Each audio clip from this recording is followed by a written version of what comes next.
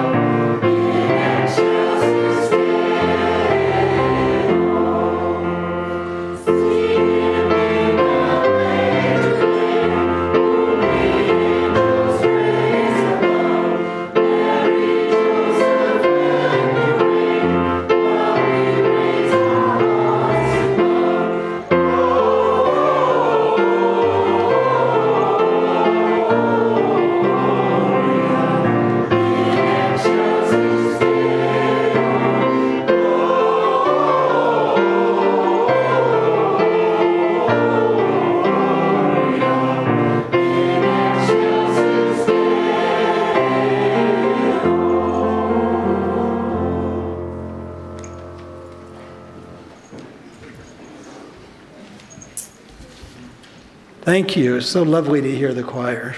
Just beautiful. Good morning. I'm Richard Steele, today's lay leader.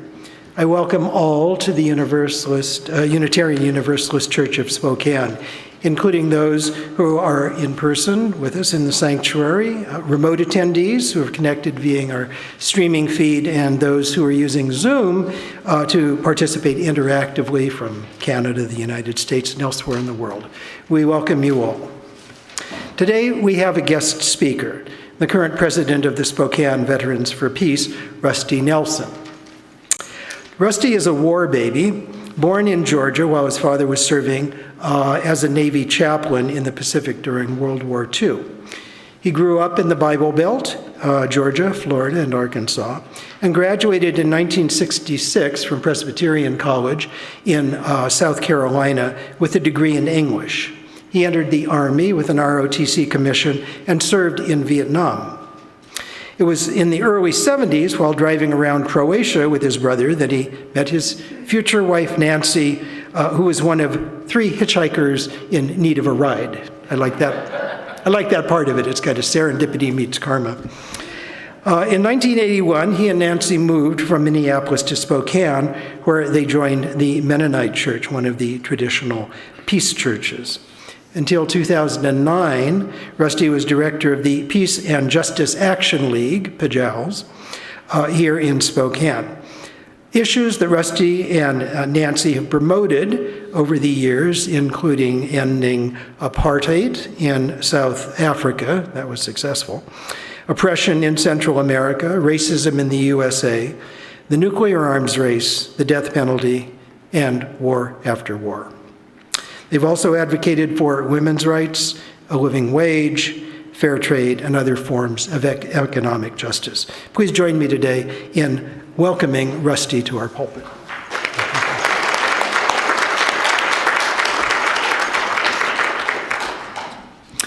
Whether you're in our sanctuary today or watching from afar, it is here that we join to create a nourishing religious home with a mission to champion justice, diversity, and environmental stewardship in the wider world, or as we say more concisely, to create community, find meaning, and lived justly.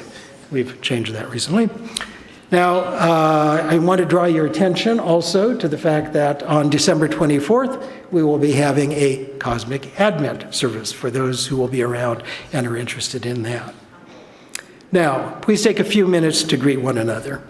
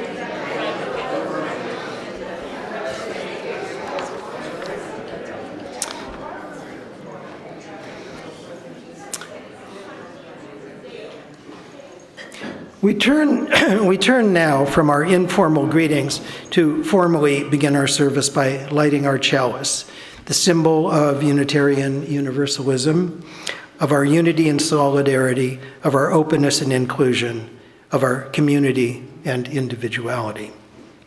May this small flame be an offering of warmth to those who are cold and alone, and a light to those in darkness. May it be a flame that ignites justice in our world, and a beacon of hope to those in need. and may it reflect at least a spark of truth wherever truth has been found, and cast a healthy shadow of doubt where it has been found. So, for our opening reflection in this time of many conflicts, I offer a passage from the 1928 classic All Quiet on the Western Front by Erich Maria Remarque. That novel first explored the forms of damage that modern mass warfare here in the trenches of World War I inflicts on those caught up in it. The protagonist, a young soldier on leave from the front, reflects. I am young.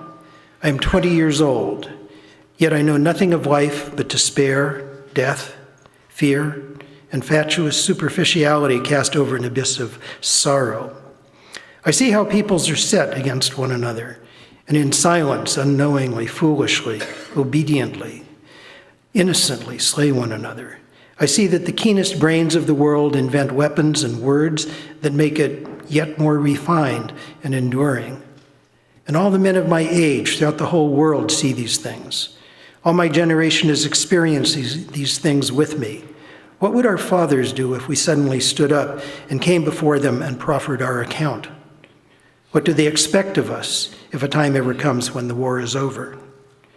Through the years, our business has been killing. It was our first calling in life. Our knowledge of life is limited to death. What will happen afterwards? And what shall come of us?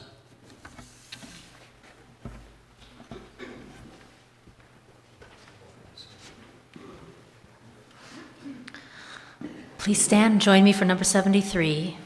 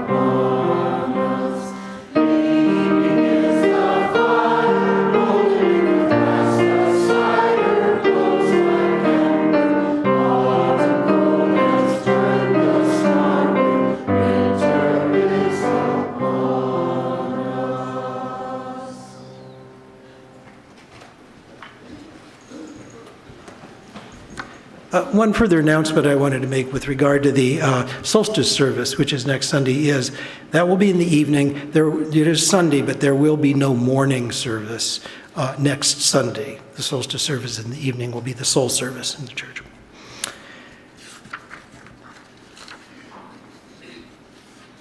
Each time we gather as a congregation, there are always those who are with us in our hearts and minds and whom we want to wrap in our love and care.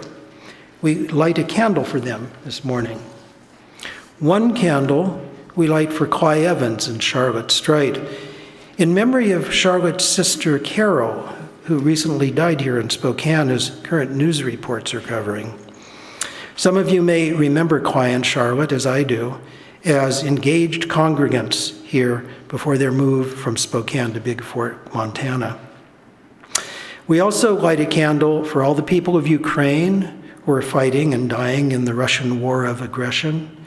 And we mourn all the innocent victims of often indiscriminate violence in Israel and Palestine, whether in the Israeli state, in the Gaza Strip, across the West Bank, in Lebanon, and beyond.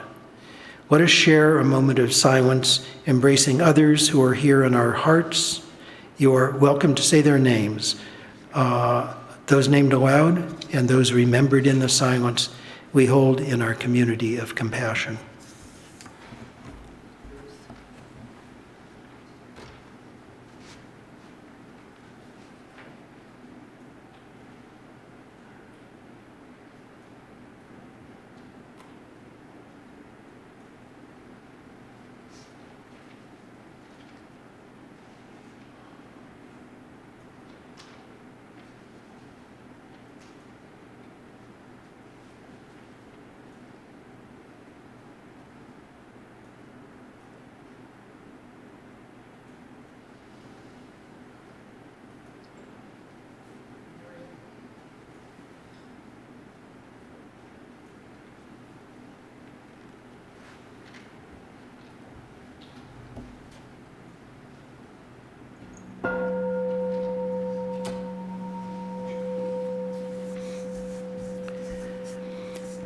For today's offering, I just want to draw your attention to the fact that we do have a special collection, and it's for the minister's discretionary fund. And the minister's discretionary fund allows our minister to help out people who are experiencing needs that every so often come up in everyone's lives, and where some financial assistance can be helpful. So it's not a large fund, but the need is great. And if this speaks to you, there is an envelope. Please don't lick and seal the envelope. Just put your offering inside the envelope. And for those who are joining us remotely, if you wish to contribute, you can do so online, or you can go online and you can get the address for mailing and a check. Just mention in the subject line on the check that it's for the minister's discretionary fund. So we now gratefully give and receive this morning's offering, which sustains this community and its mission to the larger world.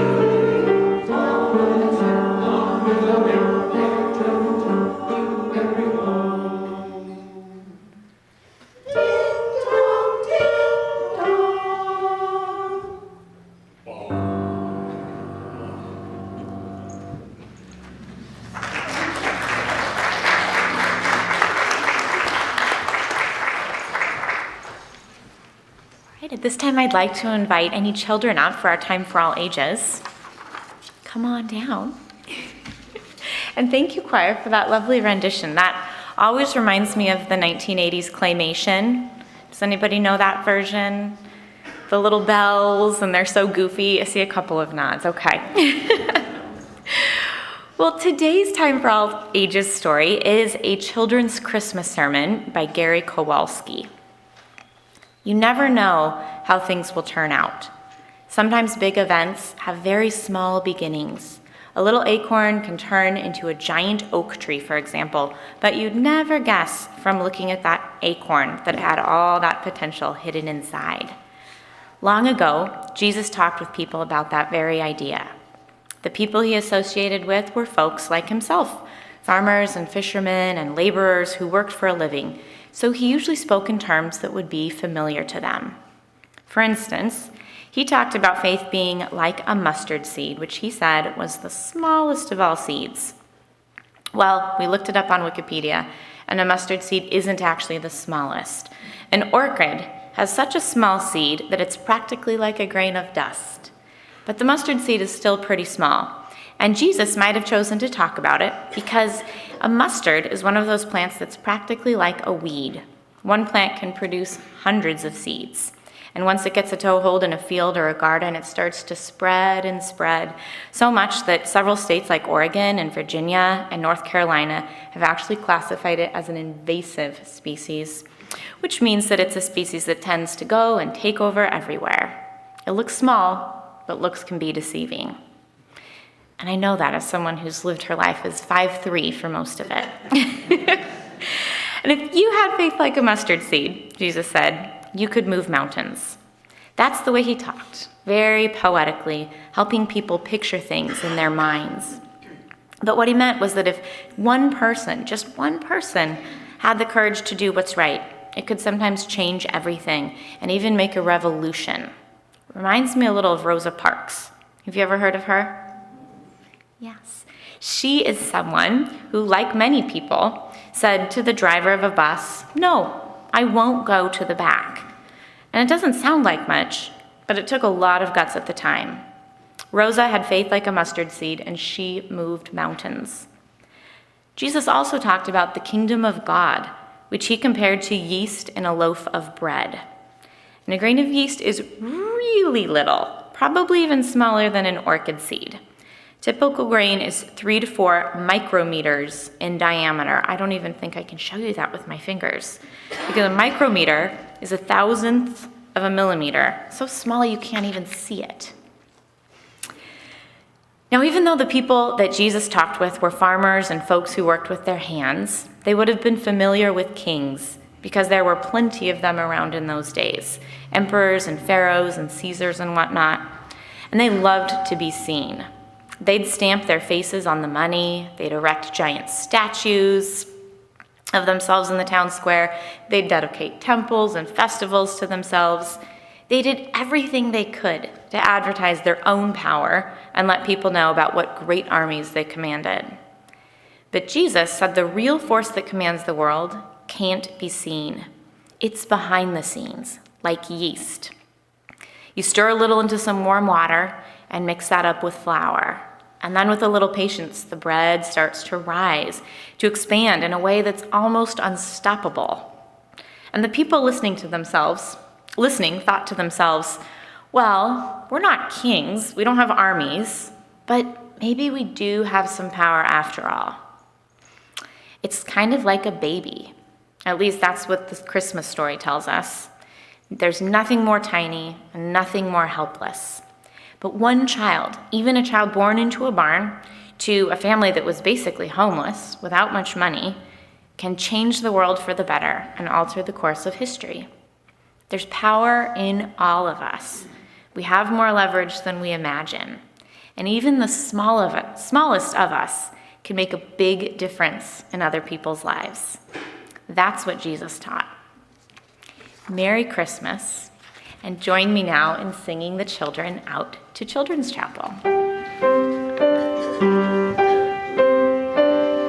Go now in peace, go now in peace. May the spirit of love surround you everywhere, everywhere you may go.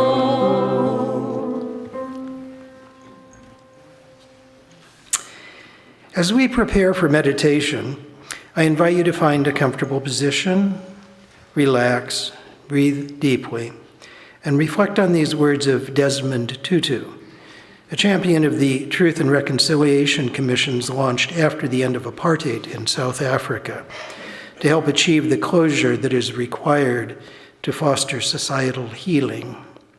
Archbishop Tutu's words: "True reconciliation is never cheap, for it is based on forgiveness, which is costly. Forgiveness, in turn, depends on repentance, which has to be based on an acknowledgement of what was done wrong, and therefore on disclosure of truth. You cannot give what you do not know."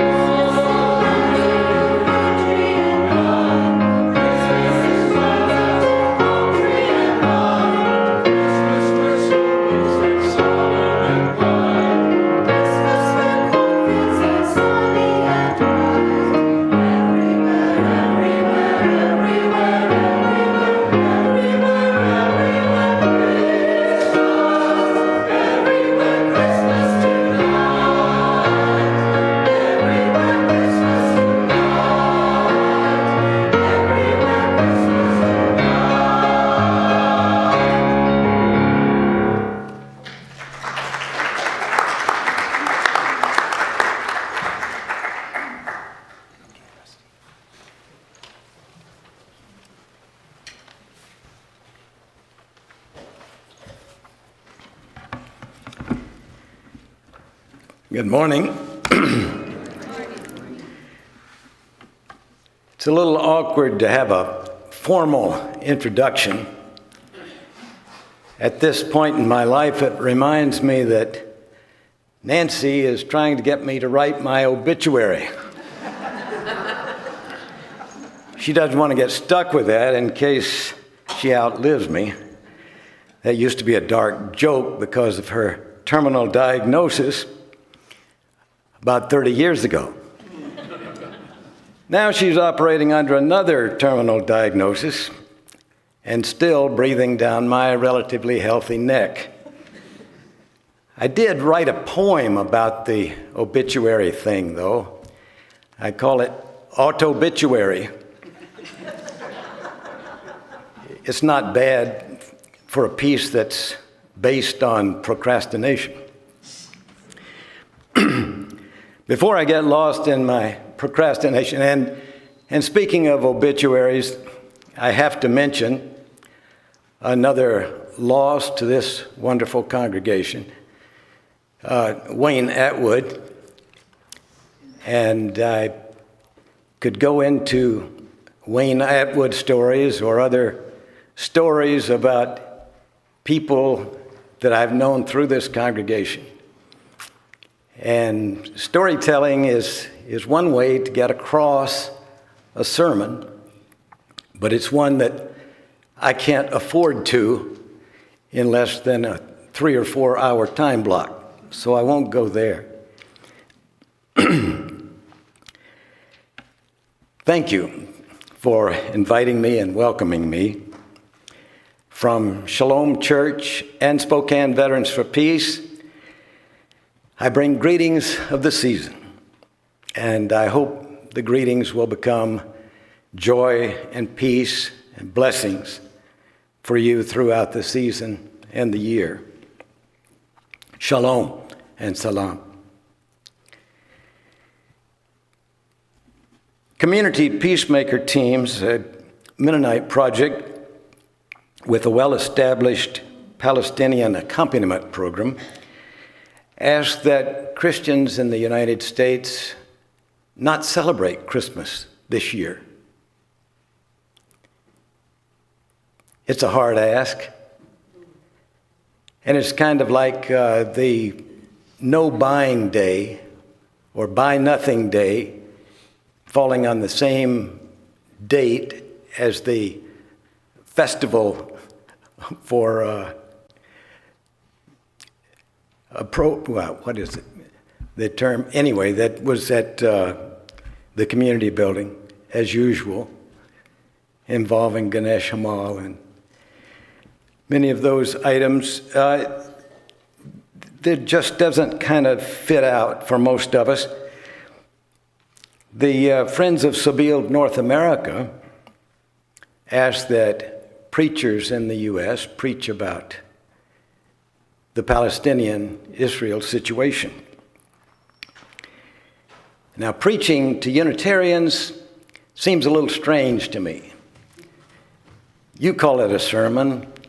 Okay, I'll call it a sermon. In our little congregation, if I do the homily or the presentation or whatever, I rarely call it a sermon. But I used to deform a quote from the book of Amos and say that I am neither a prophet nor the son of a prophet. But my father was a preacher, and I have been known to preach. At any rate, we are presented with situations in our country, in our world, our global community, that require us to take a look at our spirituality, our connection to the world, to your community of compassion, which I appreciate so much. Though I come to speak to you to testify as a Christian, I have learned to appreciate an interfaith responsibility that I think every individual has. there seems to be a concerted effort to make Hamas versus Israel a religious fight. I want you to join me in rejecting that effort. I can barely force myself to say holy war. I believe that you who honor other traditions and spiritual practices can see through this. But religious bullies on every hand are taking advantage and promoting war, the killing of human beings. And I like to say, as a veteran for peace, as a Mennonite, war is our enemy. It is the only organic enemy we have. We don't have to worry about predators the way small animals in the forest do. We have to worry about what we do to each other. And sometimes in the name of faith.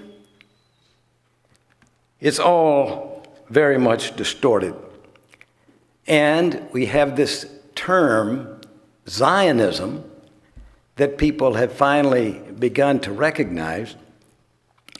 And the Congress of the United States has said anti-Zionism is the same thing as anti-Semitism. Now, I don't mind if you call me anti-Zionist all day long. I'm offended if you call me anti-Semitic. Some of the wisdom of the other that I had in mind for today is regarding the conjugation of Zionism and Judaism. I have some quotes that I will try to get to, but let me give you this message from my friend Mike Hasty, who is a veteran for peace in Portland, Oregon. He went, he covers a lot of things as a retired psychologist. He's out being a photographer in some of the wildest things that happen in Portland, and there have been a lot of those lately. But Friday night, he said, Jewish Voice for Peace completely blockaded the Burnside Bridge, one of the busiest bridges in Portland. From 3 to 6 p.m., about 350 people sat in the middle of the bridge and heard from several speakers about the genocidal crimes against the Palestinian people in Gaza. One speaker emphatically stated, Zionism does not define Judaism around the world. She also stated Judaism is 4,000 years older than Zionism. At dark, the menorah was lighted. As each light came on, celebrating the 8 days of Hanukkah, a blessing was recited. The 9th light, or candle, is the helper, or shamash. The ceremony and singing were incredibly moving, as one could feel the profound solidarity and love for the Palestinian people. It was a perfect, peaceful action, an overwhelming night to remember. Some of my friends here and allies in many activities have been a little bit out of the loop on sports. I used to be a sports announcer, believe it or not, and I keep up with sports. It turns out that my favorite sports writer nationally is Jewish, and his name is Dave Zirin. You might have read some of his stuff that's a little out of the realm of ordinary sports commentary. But I want to read his words Netanyahu has devoted his life to binding the fate of all Jews to the furtherance of the Israeli state. This is rank anti-Semitism. The assumption that to be Jewish is to support Israel's crimes. To be clear, anyone who attempts to fasten a 5,000-year-old religion to a 150-year-old colonial project is guilty of anti-Semitism. They are pushing the idea that my family, merely because of our religion, supports war crimes abroad and the crackdown of critics at home. I have an affinity for some of the poetry that comes out of the Middle East. And some of the contemporary poetry is very heartbreaking, particularly from Palestinian poets. A friend of mine in Spokane is Jewish, and one of the very few Jewish members of Jewish Voice for Peace in this area. And as some people are just waking up to what's been happening for years in Gaza and the West Bank, she has dusted off a poem that she wrote 13 years ago. This is from Linda Braun.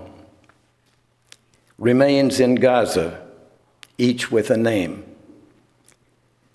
Conscience drapes dead upon this land. O wide world, turn your head to the innumerable shades, piled high like unturned compost heaps, and stench of old arguments unsolved. How many young lie bloodied on Gaza's shore? Was it 30 under 3? Who holds their hands when everlasting night comes? Desolate beach drifts when twilight comes. Hollow humankind stumbles, retreats, and hides in a place where space and time remove all good and leave remains of young ones once loved. Reach now, write each name upon the sand, apart, alone, yearning. O wide world, why did you rescind your offer? She had, has as a postscript, it's been 13 years since this poem was written. Now Gazans are writing their children's names not just in the sand, but on their bodies, realizing their families could be obliterated in the war and children left unidentified. If I were to preach to the Christians who approve or condone Netanyahu's solution to the Palestinian problem, if I could preach to so-called Christian nationalists, Christian Zionists, I would use Matthew 5:38 through 42. Sometimes other Christians say Mennonites always go to the Sermon on the Mount, and I won't deny it. But here's the Eugene Peterson translation. Here's another old saying that deserves a second look. Eye for an eye, tooth for tooth. Is that going to get us anywhere? Here's what I propose. Don't hit back at all. If someone strikes you, stand there and take it. If someone drags you into court and sues for the shirt off your back, gift wrap your best coat and make a present of it. And if someone takes unfair advantage of you, use the occasion to practice the servant life.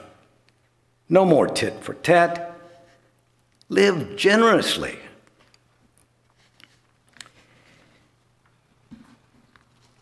We used to hear eye for an eye, tooth for a tooth when we were doing death penalty work, something that Nancy was particularly notorious for, and something that we've made a lot of strides on in this state, at least. This eye for an eye thing that, as Jesus put it, is a hard teaching for Christians. I'd heard it all my life, but when we were doing death penalty work, I learned as an activist that the original text from Exodus, the law from Exodus, was a humanitarian giant leap. It told people you can't just go out and destroy a village and kill every man, woman, and child because somebody insulted your family.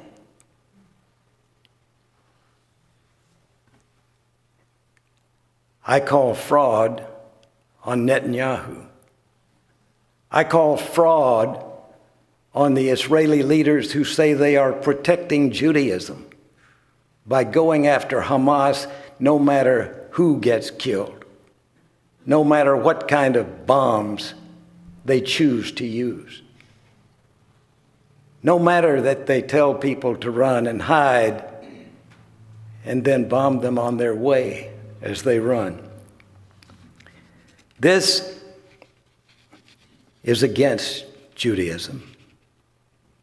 It violates the tenet of every great religion.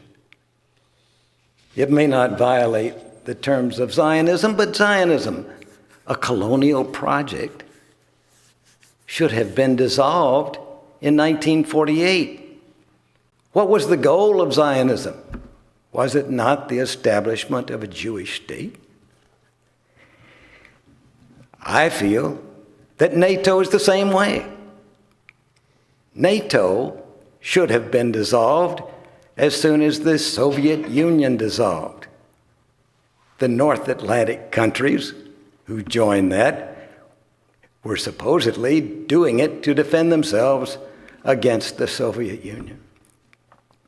And now, NATO, Zionism are calling for more violence, more war.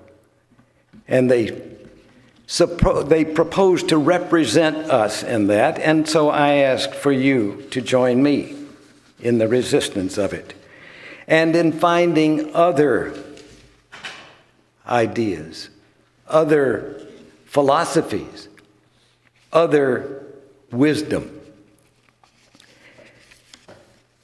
There is so much to guide us that sometimes we can't tell who we are and who the other is. We're polarized on every side into Democrats and Republicans and liberals and conservatives.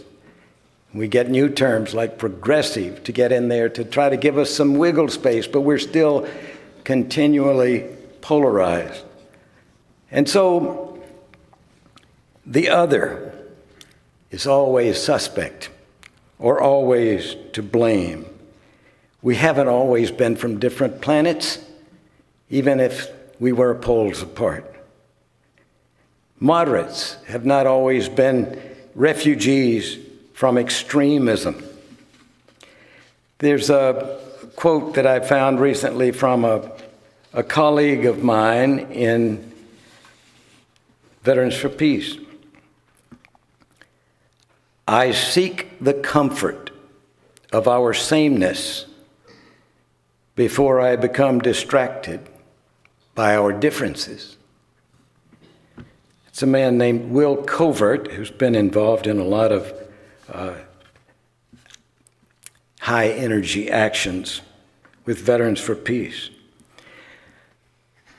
There's a sameness that I feel with you today, and I still am distracted by so many things. Another veteran for peace that I would call on right now, the recognition of, is a woman named Ann Wright, Colonel Ann Wright, whom I have heard speak in this space. And I don't know if any of you were here or if you would recall her visit to Spokane. But the other day, she testified before the Security Council at the United Nations. And if you want to hear the case against the United States' wholehearted support of Zionism in its worst forms, then I recommend that you find that on YouTube, because she had more time than I have. But we are pulled together so many times that it's distressing to find that we can still be pulled apart by this polarization, by differences in religions, when we have so much more in common. To develop the drop of compassion in our own heart is the only effective spiritual response to hatred and violence.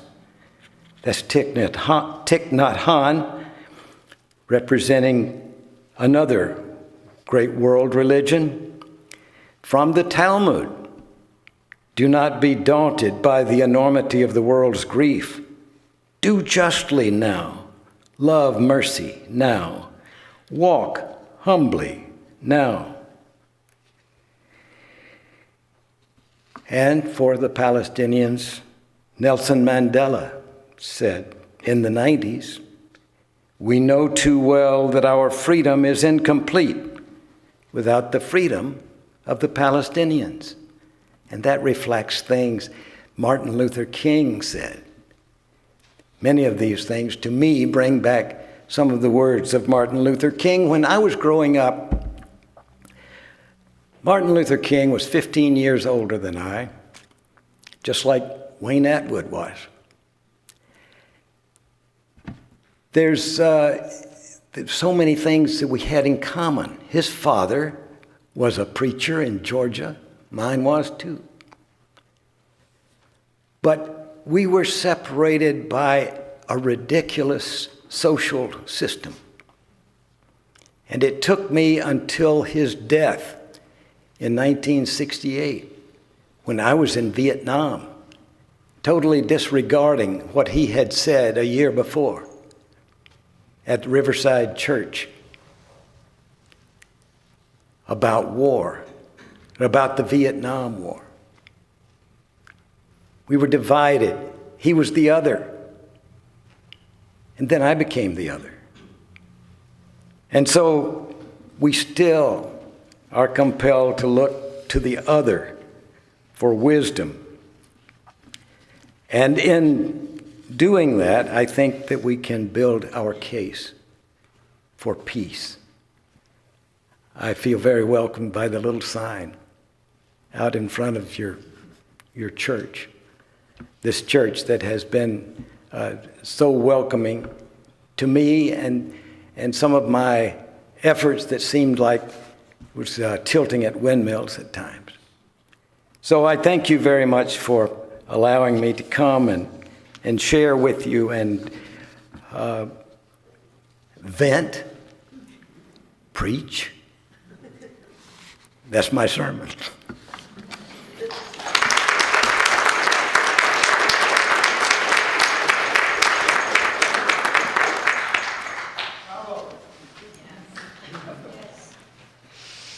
Thank you. Please stand and join me for our last hymn. We're going to sing Silent Night, but with some lyrics that are in your order of service. I found some pagan lyrics for today. Thank you.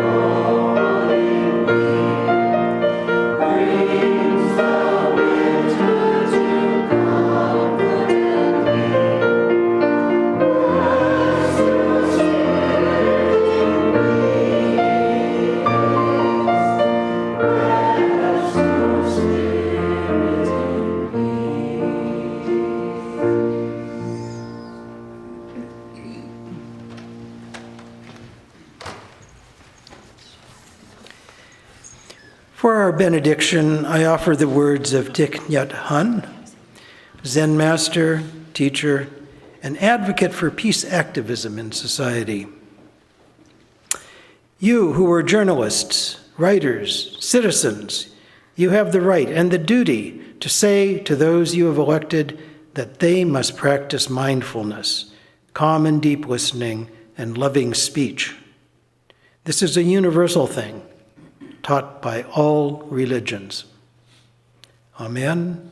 Blessed be. Salam alaikum and shalom.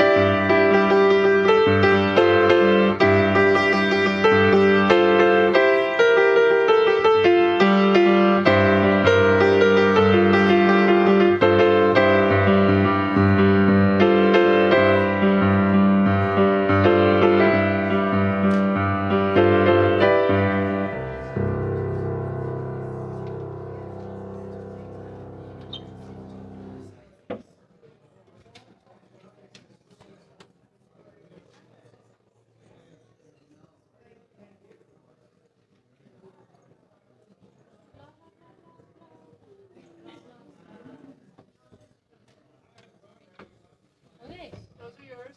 And I didn't know which ones to take because everybody seems to be taking a number, and I don't know if I have a number.